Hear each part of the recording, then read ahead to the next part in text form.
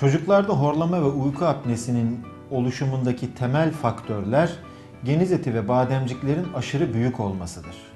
Bu çocuklarda geniz eti ve bademcikler aşırı büyüdükleri zaman, ki sıklıkla bunlar birlikte büyürler, solunum yollarında hem burun arkasındaki boşlukta hem de boğaz seviyesinde, yani hem burundan nefes alımı sırasında hem de ağızdan nefes alımı sırasında engel yaratarak uyku apnesine veya horlamaya neden olabilirler.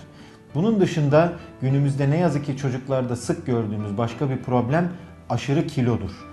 Bu da gene çocuklarda boğaz bölgesinin etrafında yağ toplanmasına ve hava yollarının daralmasına neden olarak uyku apnesine neden olabilir. Bunun dışında çok nadir görülen başka durumlar var. İşte bazı tümörler vesaire gibi. Bunun yanında alerji sıklıkla horlama düzeyinde kalsa bile, uyku apnesine çok nadir olsa bile horlamaya neden olabilir. Üst solunum yolu enfeksiyonlarındaki dönemler halinde uyku apnesi ortaya çıkabileceği bilinmelidir. Bu bölgelerde tıkanıklık yaratan her türlü problem uyku apnesine yol açabilir.